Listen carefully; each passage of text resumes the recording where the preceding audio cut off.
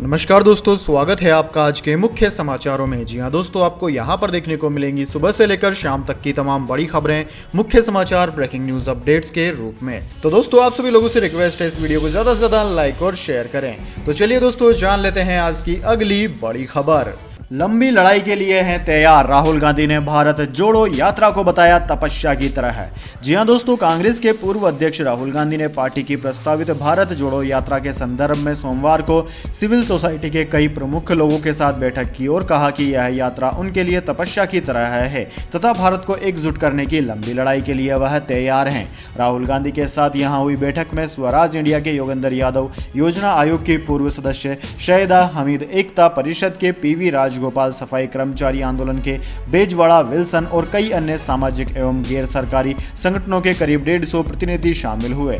दोस्तों, बैठक के बाद इन प्रतिनिधियों ने घोषणा की कि वे देश को जोड़ने के इस अभियान से जुड़ेंगे और आने वाले दिनों में इसके समर्थन में अपील भी जारी करेंगे। सूत्रों ने बताया कि राहुल गांधी ने इस यात्रा के उद्देश्य का उल्लेख करते हुए कहा कि इस यात्रा में मेरे साथ कोई चले न चले, मैं अकेला आगे चलूंगा।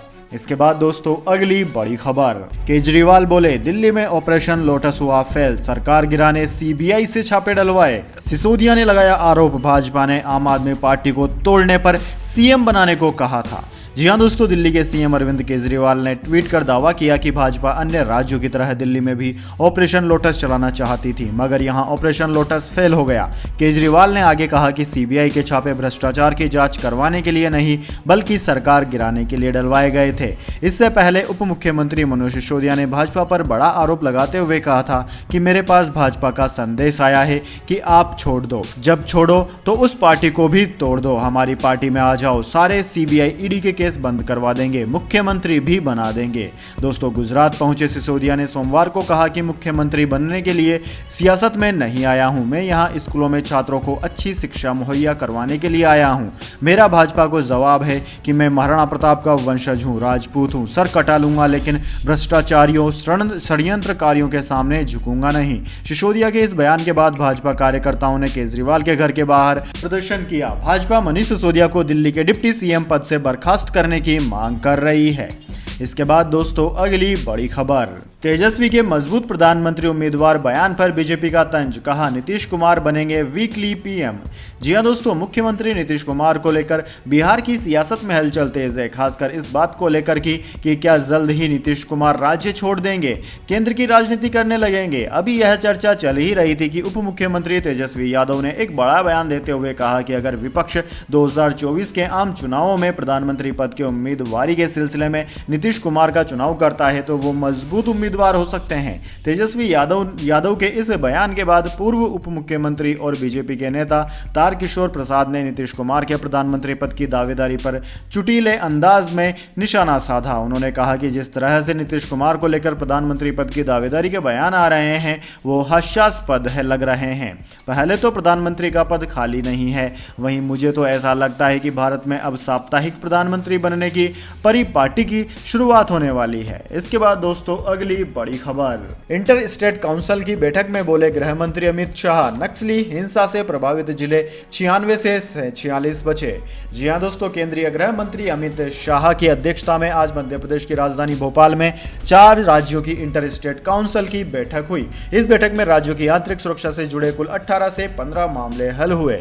दोस्तों, गृह मंत्री आज ही भोपाल पहुंचे थे। यहां वे इंटर स्टेट काउंसिल की बैठक समेत अलग अलग 5 कार्यक्रमों में शामिल हुए। इससे पहले भोपाल पहुंचने पर अमित शाह का जोरदार स्वागत किया गया। मुख्यमंत्री शिवराज सिंह चौहान और बीजेपी प्रदेश अध्यक्ष वीडी शर्मा समेत कई बड़े नेता उनकी अगवानी के लिए एयरपोर्ट पर पहुंचे।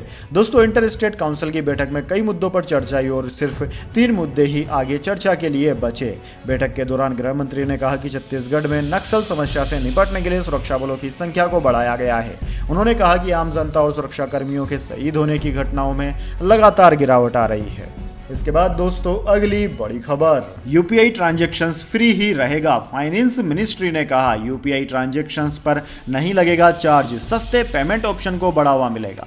जी हाँ दोस्तों, अभी तक चर्चा थी कि सरकार यूपीआई पेमेंट पर चार्ज लगा सकती है, लेकिन फाइनेंस मिनिस्ट्री ने रविवार को इन खबरों का खंडन किया। सरकार ने कहा कि यूपीआई लेन देन पहले की तरह मुफ्त बना रहेगा।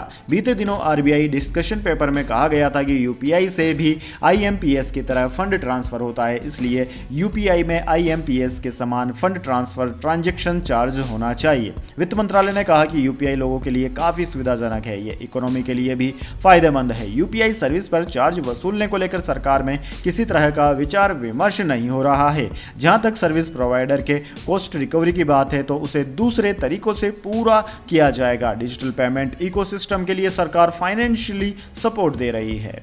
इसके बाद दोस्तों अगली बड़ी खबर, झुंझुनवाला असेट के ट्रस्टी बने धामानी। राधाकृष्ण को अपना गुरु मानते थे बिग बुल। ट्रस्टियों में कल्पराज और अमल भी है शामिल। जी हाँ दोस्तों, डीमार्ट के फाउंडर राधाकृष्ण धामानी को राकेश झुंझुनवाला की असेट का मेन ट्रस्टी बना दिया गया है। दोस्तों, धामानी को झुंझुनवाला अपना सबसे भरोसेमंद दोस्त और गुरु मानते थे। धामानी के अलावा झुंझुनवाला की ट्रस्ट के ट्रस्टियों में उनके दो सबसे भरोसेमंद साथी कल्पराज धर्मशी और अमल पारिक भी शामिल है। झुंझुनवाला की फर्म रेयर एंटरप्राइजेज का मैनेजमेंट उनके दो सबसे भरोसेमंद पार्टनर्स उत्पल सेठ और अमित गोयल ही करते रहेंगे। उत्पल इन्वेस्टमेंट में झुंझुनवाला की मदद करते थे। पिछले कुछ सालों से उनका फोकस प्राइवेट इक्विटी इन्वेस्टमेंट पर रहा है। वहीं अमित ट्रेडिंग में झुंझुनवाला के राइट हैंड थे। अमित उनकी फर्म की ट्रेडिंग बुक का मैनेजमेंट करते थे। दोस्तों, इंडिया के वॉरेन बफे के नाम से मशहूर राकेश झुंझुनवाला का रविवार 14 अगस्त को हार्ट अटैक से 62 साल की उम्र में निधन हो गया था। सेल्फ मेड ट्रेडर राकेश ने कई स्थापित व्यवसायों और स्टार्टअप्स में इन्वेस्ट किया और कई इंडियन फर्मों के बोर्ड में भी वे रहे। इसके बाद दोस्तों अगली बड़ी खबर, भारत ने श्रीलंका को 21,000 टन से ज्यादा यूरिया भेजा। पड़ोसी देश ने जताया आभार। जी हां दोस्तों, भारत ने सोमवार को एक विशेष सहायता कार्यक्रम के तहत श्रीलंका को 21,000 टन फर्टिलाइजर सौंपा। इस कदम से पड़ोसी देश के किसानों को मदद मिलेगी और दोनों देशों के बीच द्विपक्षीय संबंध मजबूत होंगे। हाल ही के महीनों में संकटग्रस्त श्रीलंका को भारत द्वारा दी गई इस तरह की यह दूसरी राशि है सहायता है। दोस्तों, भारतीय उच्चायोग ने ट्वीट में कहा कि दोस्ती और सहयोग के रिश्ते को आगे बढ़ाया गया है। उच्चायोग गोपाल बागले ने भारत के विशेष समर्थन के तहत औपचारिक रूप से श्रीलंका के लोगों को 21,000 टन फर्टिलाइजर की आपूर्ति की। इससे पहले पिछली तिमाही में 44,000 टन की आपूर्ति की गई थी। यह आपूर्ति 2022 में भारत द्वारा कुल 4 अरब डॉलर की सहायता के तहत की गई है। इसके बाद दोस्तों अगली बड़ी खबर, चीन बना रहा दुनिया का सबसे बड़ा टेलीस्कोप का छल्ला। 313 एंटीना करेंगे सूरज से सामना। जी हाँ दोस्तों, सूरज की स्टडी करने के लिए चीन दुनिया का सबसे बड़ा टेलीस्कोप का छल्ला बना रहा है। ऐसी और इतनी बड़ी वैज्ञानिक आकृति पूरी दुनिया में कहीं नहीं। इस छल्ले के चारों तरफ बड़े बड़े टेलीस्कोप लगे हैं, जिनकी मदद से चीन सौर विस्फोट, सौर लहर और सौर तूफानों की स्टडी करेगा, ताकि धरती पर आने वाली आपदा से बचा जा सके। दोस्तों, दक्षिण पश्चिम चीन के सिचुआन प्रांत में एक पहाड़ी मैदान में इस टेलीस्कोप को बनाया जा रहा है। इसका नाम रखा गया है दाओ चेंग सोलर रेडियो टेलीस्कोप। पूरा होने के बाद पूरे छल्ले में कुल मिलाकर 313 टेलीस्कोप एंटीना होंगे। हर एक एंटीना का व्यास 19.7 फीट है, जबकि पूरे छल्ले का व्यास 3.13 किलोमीटर का है। दोस्तों, यह टेलीस्कोप छल्ला सूरज की तस्वीरें रेडियो तरंगों के जरिए बनाएगा। कोरोनल मास इंजेक्शन एक तरह का सौर विस्फोट है जो सूरज के धब्बों से निकलता है। इससे निकलने वाली सौर लहर अगर धरती की ओर मुड़ जाती है तो इससे काफी दिक्कतें आ सकती है। इन सब का यह टेलीस्कोप पता लगाएगा और विपदाओं से पृथ्वी को बचा भी सकता है। इसके बाद दोस्तों अगली बड़ी खबर, पश्चिम बंगाल में दुर्गा पूजा को लेकर मुख्यमंत्री ममता बनर्जी ने की बड़ी घोषणा।